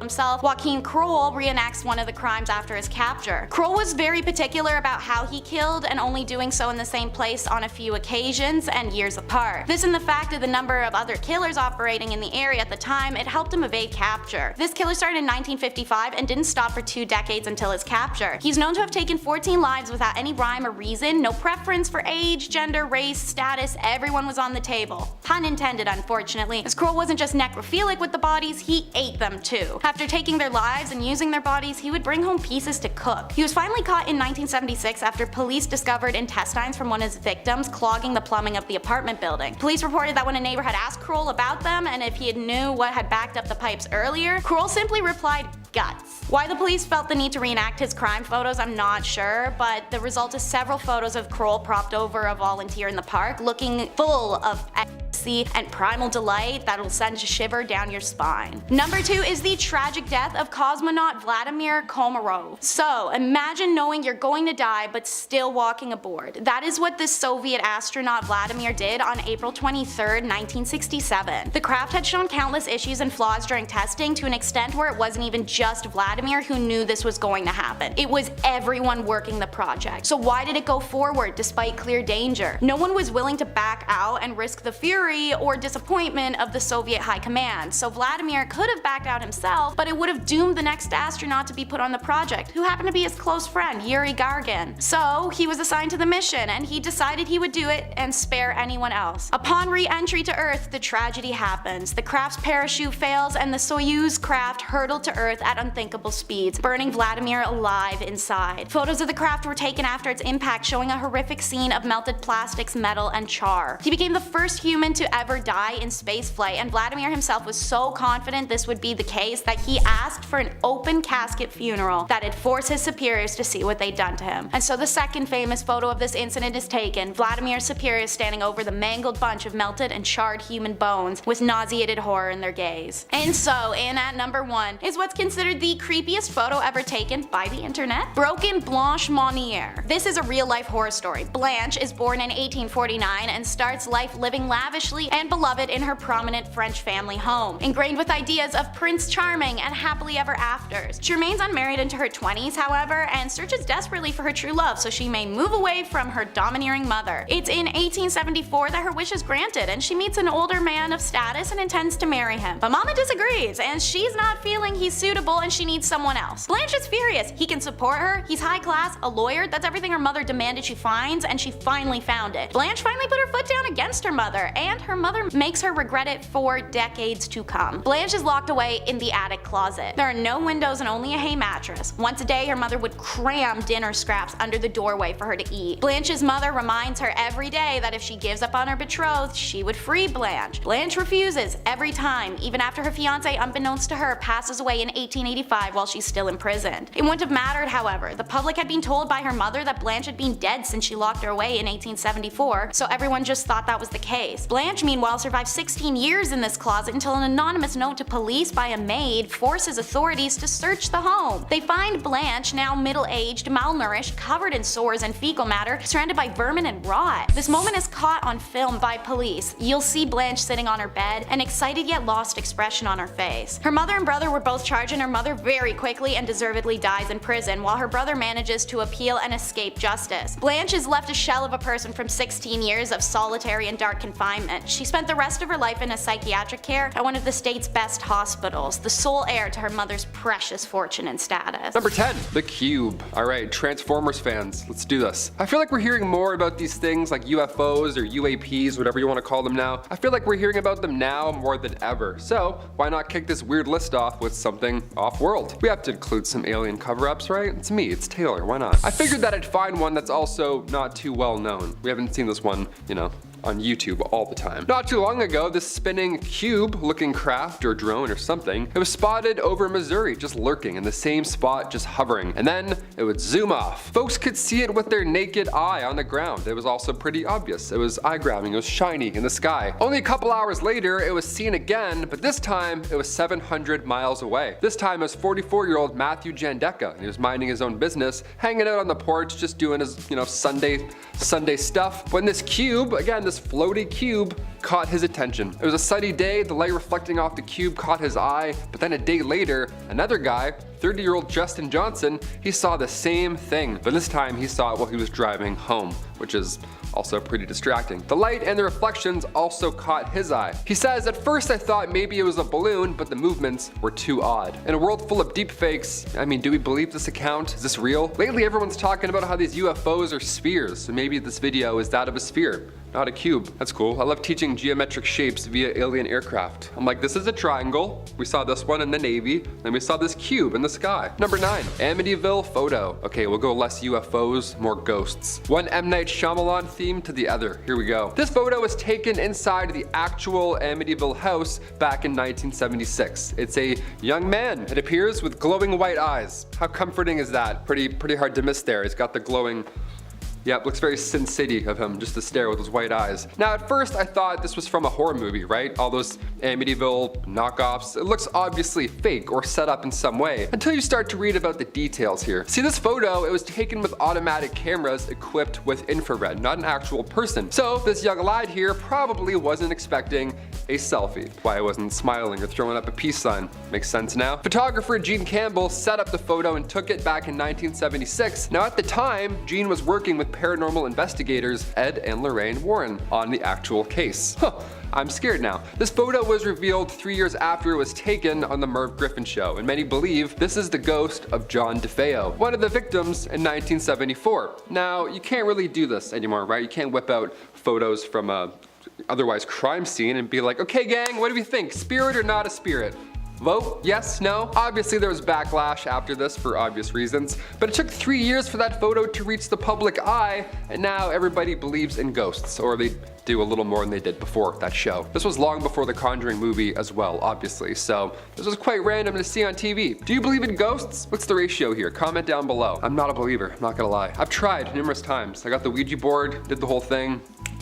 Felt nothing, man. Like an 18-year-old on Christmas. I'm like, is that it? Is it done? Do I have to feel anything anymore? Number 8, Alfred Hitchcock and the MGM Lion. All right, you're gonna hear me roar after this one. This photo was from 1958. You've seen this at some point, right? Hopefully, or else, you know, we'll send over a VHS, we'll help you out. It was taken by Clarence Sinclair Bull. Now the photo appears to be, well, no, it doesn't appear to be at all. It's Alfred Hitchcock serving tea to a lion. Yeah, the famous MGM lion. His name's Leo. That's him. There he goes. He's getting tea. He loves suspense and tea. Who would have thought? And company, it appears. North by Northwest was the only film that Hitchcock did with MGM. So there's a rumor now that he directed The Lion's Roar for the MGM intro, which is fun. But you're also like, okay, that's a real animal. That's sad. And also, that's probably nonsense. There have been 7 MGM lions in total. Yeah, not just one. But Leo was known to be the most friendly. I want to hear about the other 6. I'm like, what happened there? He's still in the logo today, but again, back in the 1950s, it's hard to say what it was really like on set. I mean, it's still a lion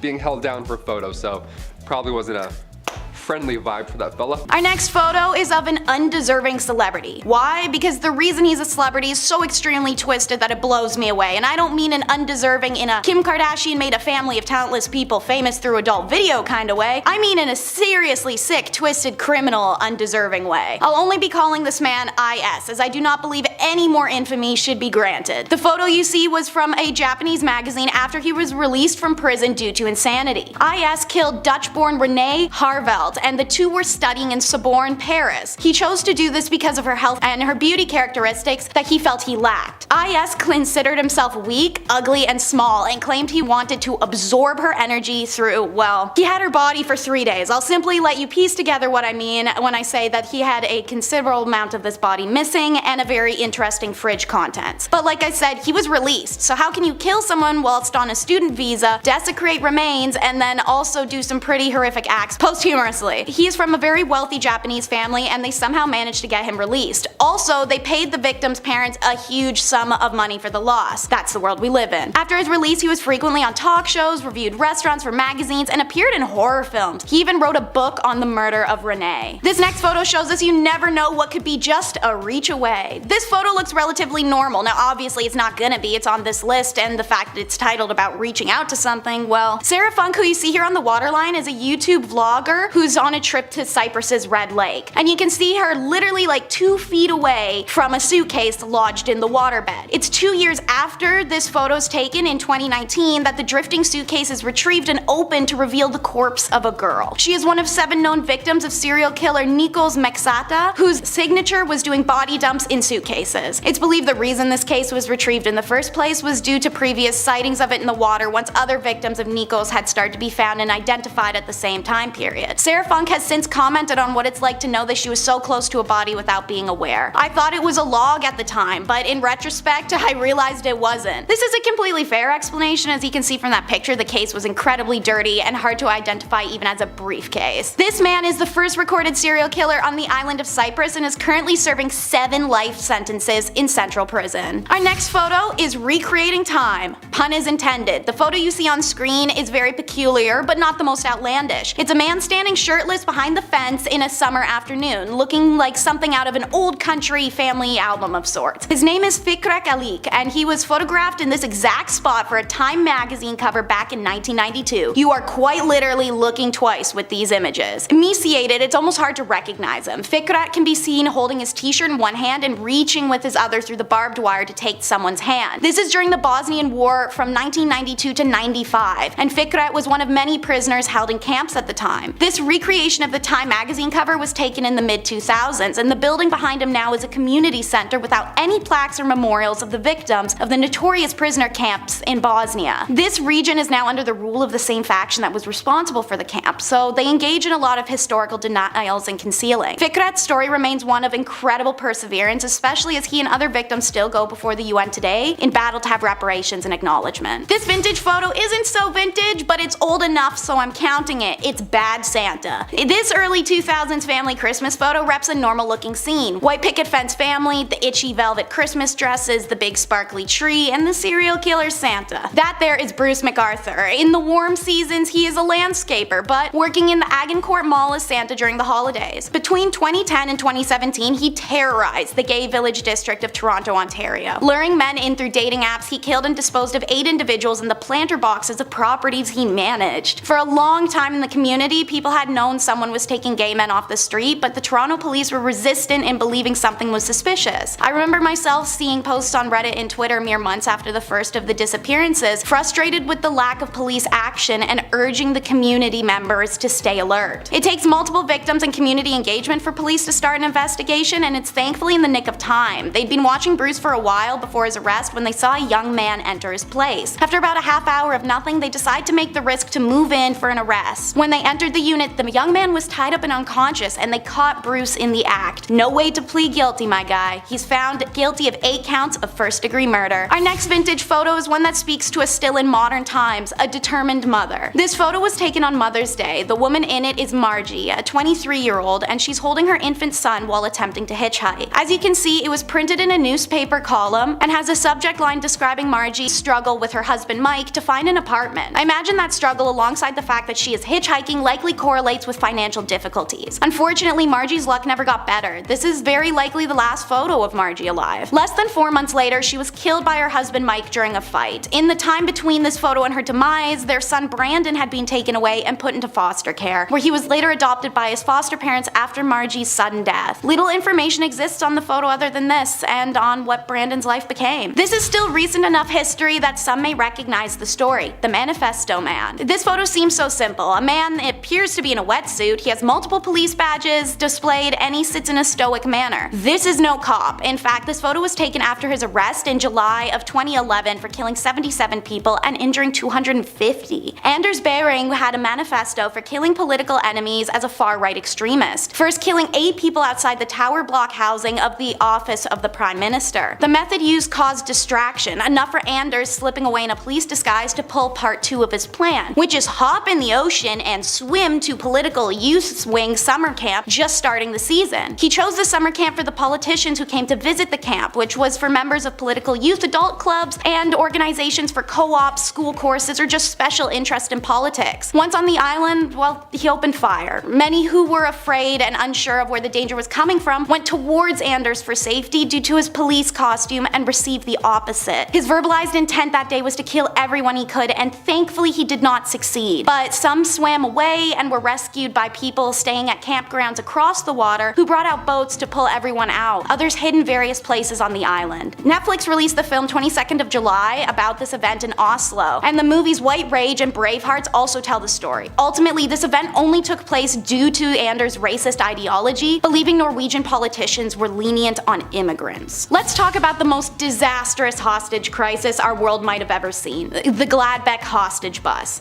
The 1988 crisis in Gladbeck, Germany was the kind of disaster you don't see often. In this photo, you'll see a robber left and a hostage right, taken on the last day of the situation. Day 1, 2 dudes rob a bank and take some hostages. They demand a getaway car and took 2 hostages and then stopped for one of the robber's sisters casually on the way, as reporters follow. Day 2, the same robbers hijack a bus with 32 passengers. Whilst holding out in the bus, they allow reporters some entry to interview them. One robber even came outside the bus for an interview like an MTV Cribs situation, but with hostages. The robbers state that their stance is that they don't care what happens because they'd simply take their own lives anyway if it all went wrong. Obviously, this is a sign for police to maybe, I don't know, handle with a lot of caution. And like tossing stones at glass houses, caution was non-existent. When the robbers take off in the bus, once again followed by police and reporters just doing nothing, the robber's sister is arrested by police at the first gas station they stop at. Her arrest causes the robbers to lash out and kill a hostage, so the police release her and go back to doing nothing. After this, the road trip crosses jurisdictions into Netherlands. The Dutch police are now involved, and they demand the release of any young hostages on board with the promise of a BMW in return. The robbers took 2 hostages with them in the BMW and drove back to Germany. Later on, they were surrounded by a lot of media reporters who took a lot of pictures of the scene, which can be found in Google. That is where our photo of the hostage and the robber was taken. Finally, the German police, after days of this, make a move that isn't just following the robbers like a lost puppy. They rammed the hostage car, causing a crash. One of the hostages flees off the highway as police and robbers engage their firearms. The woman in our photo, Silke Bischoff, is sadly caught in the crossfire. The driving robber said later in an interview that the bullets came from a policeman, but the German police denies that and says that the bullets came from the robbers and hit the hostage. No matter what, the one thing I can say about this whole story is what the f was anyone trying to accomplish here? Starting off this list in our number 10 spot, we have the eruption of Mount St. Helens.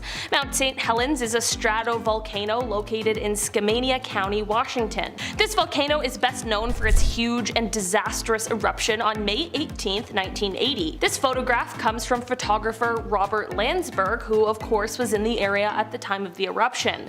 Before the eruption, he had visited the area in order to photograph and document all of the changes that were happening. On May 18th, he was within a few miles of the volcano when it erupted. Since he unfortunately was located so close to the explosion, he knew he would be unable to escape this disaster, so instead of focusing on the impossible, he focused on taking as many pictures as possible.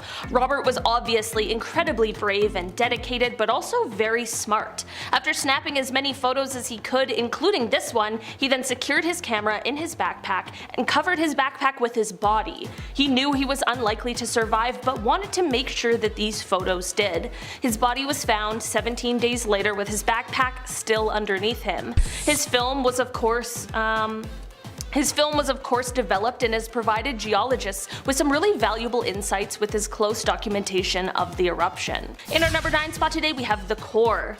This photo shows a physicist named Harold Agnew, and while this looks like a relatively normal, non-threatening photo, what he has in his hand is truly devastating. Harold is holding the nuclear core of what was nicknamed the Fat Man atomic bomb. This means that Harold is holding the nuclear core of the atomic bomb that was later dropped on Nagasaki in 1945. The immediate blast, of course, took many lives, but so did the long-term effects of the bomb, like radiation illness and that sort of thing. It's crazy to look at a photo like this because it seems just so perfectly normal when he literally has a life-changing, world-ending device in the palm of his hand. Also, I don't think I could ever hold something like that. Not only would I just not want to, but I would just be so afraid that something was gonna go wrong. In our number 8 spot today, we have the Challenger crew. This is a photo that was taken of the clearly very excited Challenger crew as they walked down the ramp ready to head off on their mission. The crew even included 37-year-old Krista McAuliffe, who was a high school social studies teacher. She had won a spot on this mission through a program with NASA called the Teacher in Space program, and she had trained diligently for months in order to be the first non-military person in space. On January 28, 1986, the Challenger mission proved to be fatal just 73 seconds after liftoff. 2 rubber O-rings failed because of the cold temperatures of the morning, and on live television, the world watched as the spacecraft broke apart and plunged into the ocean, sadly taking the lives of everyone on board. It is an absolutely tragic event made even more chilling by this final photo. Number 7. Gloria Steinem. Oh, here we go, a scandalous one. Back in 1963, the Playboy Club in New York City was booming. It was one of Hugh Hefner's greatest accomplishments at the time. This club was the talk of the town, that is until Gloria Steinem came in and started reporting some stuff. Gloria was a feminist writer. She's an icon. She created Miss Magazine back in 1972, but her career began much earlier, around the 60s. See, she got a job as one of these Playboy bunnies, you know,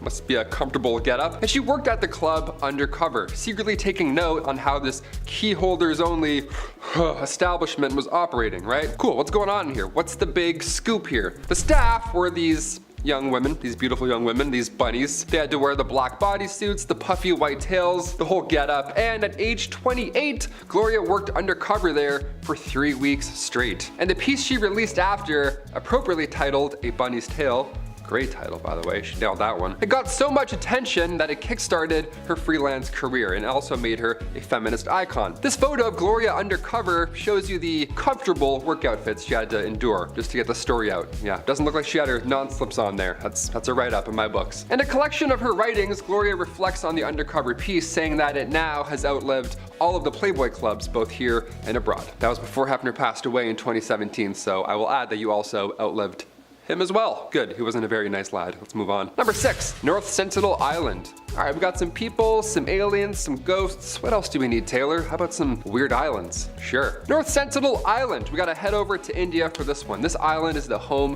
of the Sentinelese tribe. You've probably heard about this at some point. One of the most forbidden islands in the world. But why? Located in the Bay of Bengal, North Sentinel Island is about 1,200 kilometers away from India. And while most islands are shrinking, this one actually grew back in 2014. Yeah, the universe is like, more. Yeah, you need more of this, sure. The island lifted up a couple meters during an earthquake, so the west and south sides, they gained an extra kilometer. Nice. DLC unlocked. The inhabitants on this island are among the few uncontacted tribes left in the world. They have apparently been there for 50,000 years, and there's no sign of agriculture or even fire. Yet somehow this tribe has thrived for ages. Now, if we try and get close, they will try and drive anybody away. More than fair. Like, we have enough room. We're good. Let's just leave. In fact, back in 2006, 2 fishermen sadly lost their lives because they got too close to the island without knowing who was on it or what the island was. Yeah, you can't just approach random islands. You gotta do some homework.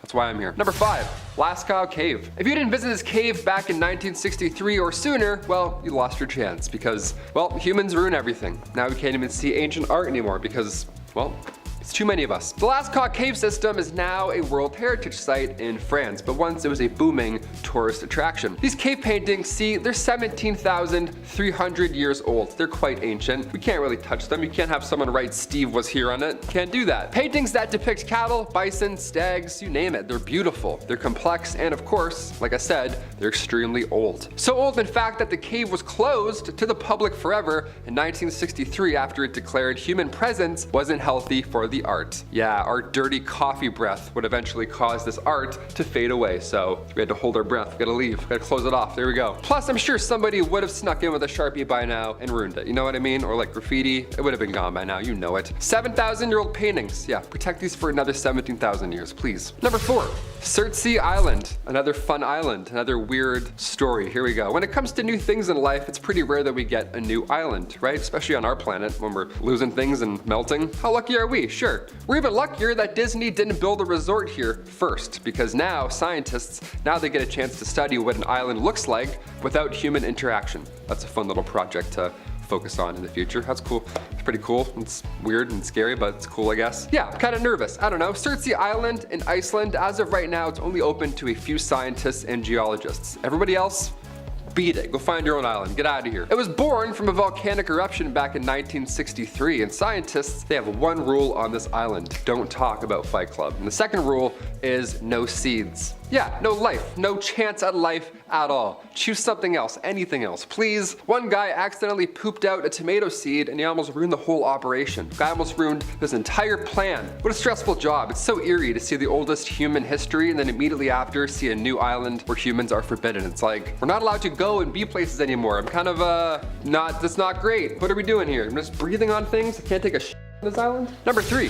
spaceman. Look, we've all been photobombed before. It's a blessing in disguise. You look back at prom photos, some dude's trying to do a moonwalk in between, his face is like melting this way. It's great. You're like, classic Jeff. It's the best. But when Jim Templeton took a photo of his daughter in a otherwise empty marsh long before Photoshop existed, and yet somehow there appears to be an astronaut in the background, well, that's not very fun, is it? That's a little bit concerning. Jim assures us that nobody was around when this photo was taken, which I of course believe, because why would you put your kid in a photo with whatever that is? That's no thank you. It's not a weird, we're not gonna go and talk to that guy. Also, the fact that this man looks like he's from space, that ought to do it. That makes him more weird and believable. What are we looking at right now? I have no idea. Kodak even got involved in the story, like Kodak. Not Kodak Black, like the company. They got involved. They confirmed this photo was not tampered with. Yeah, and that's Kodak, right? They don't lie about anything. Spider-Man leak, Kodak's like, nah, it's Andrew Garfield. Don't listen to that. So authentic. Can confirm. Number 2, nursing home spirit.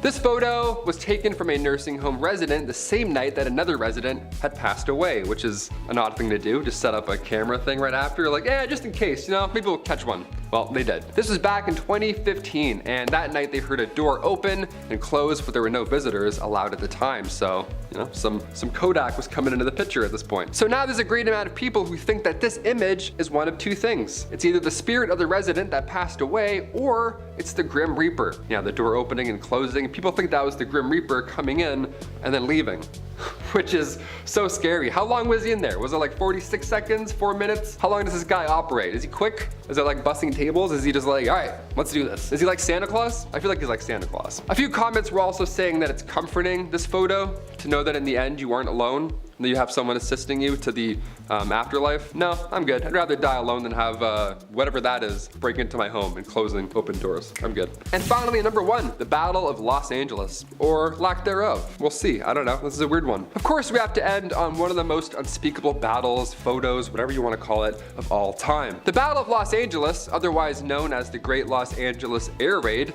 happened during World War II, right at the end of February 1942. Now, this event, first of all, took place only a few months after the Pearl Harbor attack, so I'll admit everyone's a little on edge. We're a little stressed out, we've got some hands hovering over some buttons, we're a little nervous. Sure, something like 25 enemy aircraft was apparently spotted flying over Los Angeles in the late hours of February 24th. So air raids then went off, blackouts were put in effect. This was not a drill, right? Or was it? What was this? This thing was getting lit up in the sky. Around 1,400 shells were blasted off and 2 people had a heart attack. That's how loud it was. In total, 5 people ended up dying from this retaliation, and apparently it was a false alarm.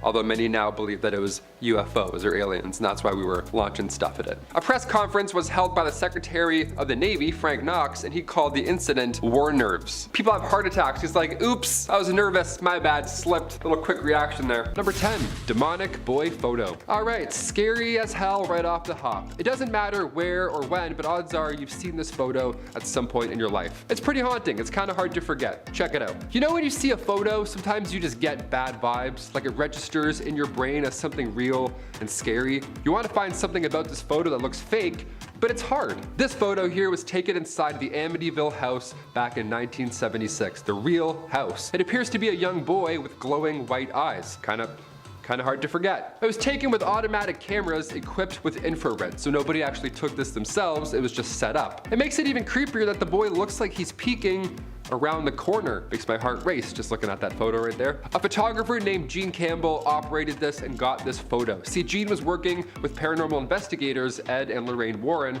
at this time, the famous duo, now rocking the big screen Conjuring universe. They were on this case in real life. This photo was then revealed 3 years later on the Merv Griffin Show. Imagine tuning in, watching TV on the Merv Griffin Show, and then all of a sudden you see the ghost of John DeFeo. That's nice. Yeah, many believe this is the ghost of one John DeFeo, one of the boys who lived there prior to that 1974 horrible event. We're still trying to cover this. What do you guys think? Elaborate hoax, or perhaps this photo is one solid piece of evidence that the Amityville house was and still is indeed haunted?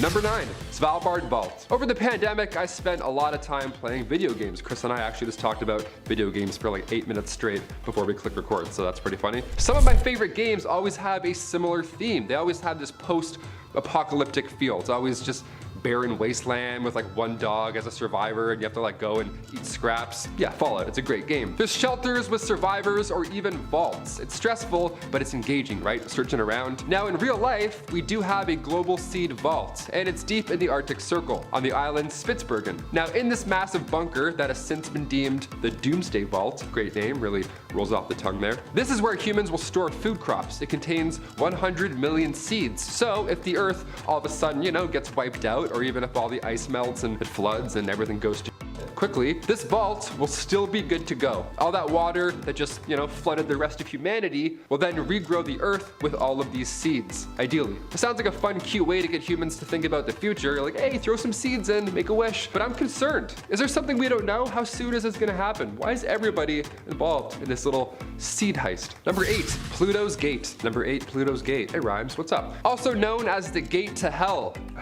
Okay, that's horrifying. These ruins discovered in Turkey back in 1965 are beautiful, but they're also cursed. Historians believe that the site is the ancient city of Hierapolis, and if you're thinking about visiting these eerie ruins, well, you better leave the family pet at home. Yeah, any and all animal that enters these ruins, they also meet instant death. Sparrows were tossed in, and then they immediately stopped breathing and they dropped. This was horrifying locals, so they had to resort to science. Scientists have figured out the solution, and it's still pretty haunting. They measured the CO2 concentration, and turns out while the sun is up, it burns away the gas, but at night, when the temperature drops significantly, the CO2 becomes heavier than that of air. Then it creates this deadly gas cloud on the floor, and then when the sun rises back up again, the concentration of CO2 hits 35%, so it's deadly enough for animals and sometimes even humans. Yeah, just stay away from anything called the gates of hell.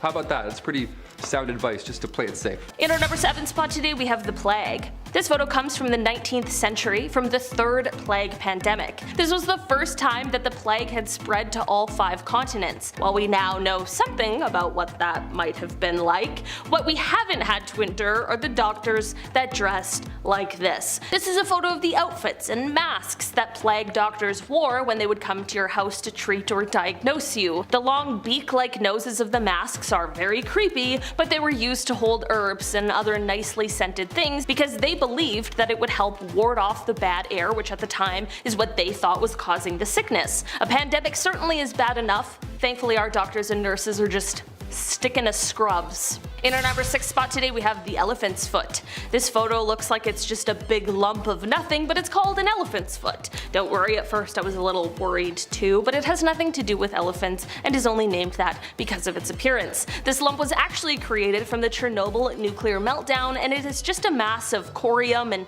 other materials that were in the core of the reactor. This elephant's foot was located in the steam distribution corridor, which is under what's left of the reactor. While this mass doesn't produce as much radiation as it did before, it does still, to this day, produce a deadly amount. It is said that if you stood in front of it for just 300 seconds, that would be enough to get a lethal dose of radiation. It's kind of crazy that even though they knew this, they were still standing there taking pictures of it. But I'm just glad because we all now get to see it, and it gives us just a little more insight into what exactly happened that day. In our number 5 spot today, we have Mount Pinatubo. This is a photo that is showing Mount Pinatubo Pinatubo, which is located in the Philippines, on June 15, 1991. That is the day that this volcano erupted into what would be the second largest volcanic eruption of the 20th century. Certainly impressive, also extremely terrifying. This photo shows the pyroclastic flow full of hot gas and rock being flung into the air. Eruptive activity in the volcano first started on April 2nd of that year, which prompted researchers to set up seismographs in the area. By June, the volcano was having a group of progressively shallower eruptions before, on June 12th, the volcano had its first spectacular eruption, which sent an ash column 19 kilometers up into the atmosphere. After more highly gas-charged magma reached the surface on June 15th, the volcano once again exploded, this time sending the cloud of ash 40 kilometers up into the atmosphere. Volcanic ash and pumice blanketed the surrounding area, and pyroclastic flows filled what were once deep valleys with fresh volcanic deposits. It was truly magnificent and extremely powerful, and this photo shows just that. In our number 4 spot today, we have the Pioneer's Defense. This photo is known as the Pioneer's Defense, and man, does it ever look creepy. This photo comes from 1937 and it was taken by a Russian photographer named Viktor Bulla. This photo takes place in the Leningrad area, which is now known as St. Petersburg, which is the second largest city in Russia. The people in this photo were part of a group that was the 1930s Russian equivalent of our Boy Scouts, and it was called the Young Pioneers. The masks on their faces leave a very eerie feeling, and for a fair reason. These people were doing a military preparation drill, which is the reason for the gas masks. This photo was taken during a time where the country was under the dictatorship of Joseph Stalin, and the residents were constantly unsure of what was going to happen. The country was already seeing death, and people were already frightened just a few years before the start of World War II. In our number 3 spot today, we have the lipstick. This is a photo that comes to us from December 10th, 1945. If looking at this image gives you a shudder down your spine, that absolutely makes sense, as it was written by a terrible person known as the Lipstick Killer. This photo is an image of a note he left written on the wall at one of his crime scenes. The photo comes from the apartment of Frances Brown, as just before he wrote this message, he took her life. After this message was left, he ended up taking the life of one other person before he was finally caught by police 6 months later. The message scrawled in the photo reads, quote, "For heaven's sake, catch me before I kill more. I cannot control myself." It is an absolutely chilling note with a horrifying backstory. In our number 2 spot today, we have the acid drum. This photo comes to us from inside the house of another terrible person, the serial killer Jeffrey Dahmer, made very famous recently. This photo was taken from the inside of his home after he was found out and caught by authorities. Before his arrest, he was sadly able to take the lives of 17 different people. Although this photo might look kind of plain, the horrors are plentiful. This shot shows a drum full of acid that was located inside of his home. Probably don't really need to tell you what it was used for. I can't imagine the horrors investigators saw when they entered his home, and even previous to that as they investigated his crimes. Thankfully, Jeffrey was caught, and in 1992 he was sentenced to life in prison, but just 2 years later he was killed by a fellow prison inmate. In our number 1 spot today, we have the Dyatlov Pass incident. If you have never heard of the Dyatlov Pass incident, you better buckle in because it is so terrifying. This photo was taken in February of 1959 as 9 young Soviet hikers sent out to trek through the Ural Mountains. They had set up a camp, and sometime during the night, something happened that made them cut their way out of the tent and all flee the site. Leaving in such a rush, they were of course underdressed for the bitterly cold weather, and 6 of them ended up passing away from hypothermia, which is extremely tragic. The other 3, however, is where this story takes an even more frightening turn. Like I mentioned before, no one knows why they fled the tent in the first place, and the last 3 hikers were found passed away with severe signs of physical trauma that no one agreed on what had caused it. In 2019, the investigation was reopened, and just last year there was a conclusion that a kind of avalanche called a slab avalanche was the cause for these injuries. Before you come at me in the comments, I know that not everyone is convinced that's what happened, and I don't blame you. It's really strange.